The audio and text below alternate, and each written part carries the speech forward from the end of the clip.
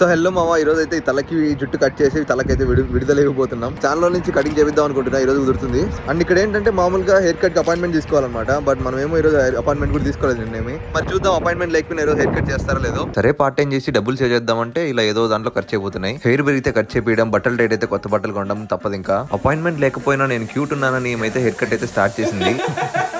ఇంకా hair dry ఉందని head wash అయితే స్టార్ట్ చేసింది. ఏమైనా కటింగ్ షాప్ లో హెడ్ వాష్ చేయడం సుఖంగా ఉంటుంది మామ.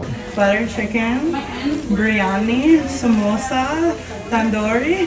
ఈమెకి ఇవన్నీ ఇష్టం అంట. ఎంత దూరం పోయినా మన ఇండియన్ ఫుడ్ ఇదే పై చేయమా. ఈ అమ్మాయి ఇన్స్టాగ్రామ్ ఐడి అడిగితే $14 బిల్ అయింది, కట్టేసి దొబ్బేమన్నది. ఇంకేం చేస్తాం, బిల్ కట్టేసి సైలెంట్ గా వచ్చాను. సో అది మామ, ఇప్పుడు హెయిర్ కట్ అయితే అయిపోయింది. ఇంకా బేడ్ తీసుకోవాలి. వాళ్ళ మీద నమ్మకం రాలేదు బేడ్, నేను ఇంటికి వెళ్ళి నేనే తీసుకుంటాను. ఇంకా కటింగ్ చేస్తుంటే మన అబ్బాయిలకి అదేంటో ఆస్తి కలిపిన ఫీలింగ్ వచ్చింది. అవునా కదా, కామెంట్ చేయండి.